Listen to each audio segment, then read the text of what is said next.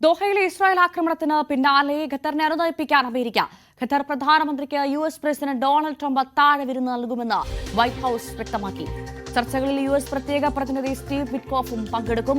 US സന്ദർശനത്തിനെത്തിയ Qatar പ്രധാനമന്ത്രി vice president JD വാൻസുമായി കൂടിക്കാഴ്ച നടത്തി. മിഥുൻ വിവരങ്ങളുമായി തുടരുന്നു.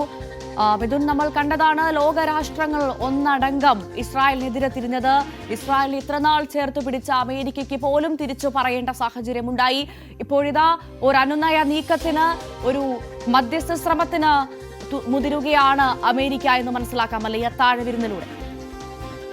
ഭവ്യ, പ്രത്യേകിച്ച് ഈ അറബ് രാഷ്ട്രങ്ങളെ ഒക്കെ അനുനയിപ്പിക്കേണ്ടത് ട്രംപിന്റെ കൂടി ഒരു ആവശ്യം തന്നെയാണ്. പ്രത്യേകിച്ച് നമുക്കറിയാം, അറബ് രാഷ്ട്രങ്ങൾ അമേരിക്കയ്ക്ക് നൽകുന്ന പിന്തുണ, ഒപ്പം തന്നെ അങ്ങനെ ഒരു പിന്തുണ അമേരിക്കയുടെ ഭാഗത്തു നിന്ന് ഉണ്ടാകുമ്പോൾ പോലും മറ്റു രാഷ്ട്രങ്ങളിൽ നിന്ന്, പ്രത്യേകിച്ച് ഇസ്രായേൽ പോലുള്ള രാഷ്ട്രങ്ങളിൽ നിന്ന് തങ്ങളുടെ മേലേക്ക് ഒരു അറ്റാക്ക് ഉണ്ടാകാനുള്ള സാധ്യത വളരെ വിരളമാവുകയും ചെയ്ത ഒരു പശ്ചാത്തലമുണ്ട്. പക്ഷേ അതിനെല്ലാം കനത്ത തിരിച്ചടി നൽകിക്കൊണ്ടായിരുന്നു ഇസ്രായേലിന്റെ ഒരു അപ്രതീക്ഷിതമായിട്ടുള്ള ഒരു ആക്രമണം ഉണ്ടാവുകയും അത് അറബ് രാഷ്ട്രങ്ങൾക്കിടയിൽ വലിയ രീതിയിലുള്ള ഭീതി പരത്തുകയും, ഒപ്പം തന്നെ അമേരിക്ക ഒപ്പം ഉണ്ടായിട്ട് പോലും തന്നെ അമേരിക്കയുമായി സഖ്യത്തിൽ നിൽക്കുന്ന രാഷ്ട്രങ്ങൾക്ക് നേരെ ഇസ്രായേലിന്റെ ആക്രമണം ഉണ്ടാകുന്നത് ഒരു തരത്തിലും അംഗീകരിക്കാൻ സാധിക്കില്ല എന്നുള്ള നിലപാടിൽ തന്നെയാണ് ഖത്തറടക്കമുള്ള രാജ്യങ്ങളുള്ളത്. അതുകൊണ്ട് തന്നെ ഉച്ചകോടി വിളിച്ചിരിക്കുകയാണ്. തിങ്കളാഴ്ചയാണ് ഉച്ചകോടി ചേരാനിരിക്കുകയും ചെയ്യുന്നത്. ഇസ്രായേലിനെതിരെ ഏത് തരത്തിലുള്ള നടപടി സ്വീകരിക്കണമെന്ന് തീരുമാനിക്കുന്നതിന് വേണ്ടിയാണ് അറബ് രാഷ്ട്രങ്ങൾ ഒത്തുകൂടുകയും ചെയ്തത്. ഈ ഒരു പശ്ചാത്തലത്തിൽ കൂടി നേരത്തെ ഖത്തർ അമീറിനെ ഫോണിൽ വിളിച്ച് ഡൊണാൾഡ് ട്രംപ് ചില കാര്യങ്ങൾ സംസാരിക്കുകയും ചെയ്തിരുന്നു. ഇനി ഒരു തരത്തിലുമുള്ള ആക്രമണം ഇസ്രായേലിന്റെ ഭാഗത്ത് നിന്ന്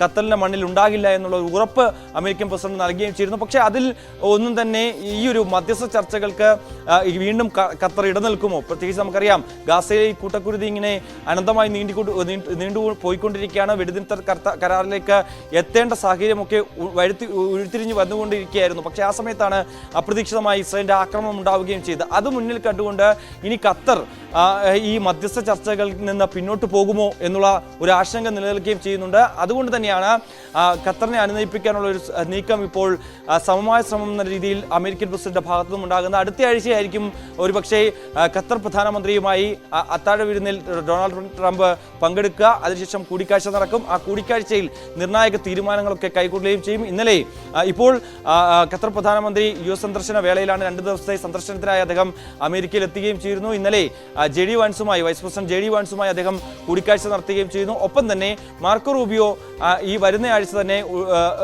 ഇസ്രായേൽ സന്ദർശിക്കുമെന്നുള്ള വിവരങ്ങൾ കൂടി ഒരു ഘട്ടത്തിൽ പുറത്തു വരികയും ചെയ്യുന്നുണ്ട്. ഒപ്പം തന്നെ ഈ 2 രാജ്യങ്ങളെയും, പ്രത്യേകിച്ച് GCC രാജ്യങ്ങളെയും ഒപ്പം തന്നെ ഇസ്രായേലിനെയും ഒപ്പം ചേർത്ത് പിടിച്ചുകൊണ്ട് മുന്നോട്ട് പോവുക എന്നുള്ള നടപടിയായിരിക്കും സ്വാഭാവികമായും അമേരിക്ക സ്വീകരിക്കുക എന്നുള്ളത് തന്നെയാണ്. നിലവിലെ സാഹചര്യത്തിൽ അറബ് രാഷ്ട്രങ്ങൾക്കുണ്ടായിട്ടുള്ള ഒരു അതൃപ്തി അത് പരിഹരിക്കുക എന്ന വലിയ ലക്ഷ്യമാണ് ഡൊണാൾഡ് ട്രംപിന് മുൻപിലുള്ളത്.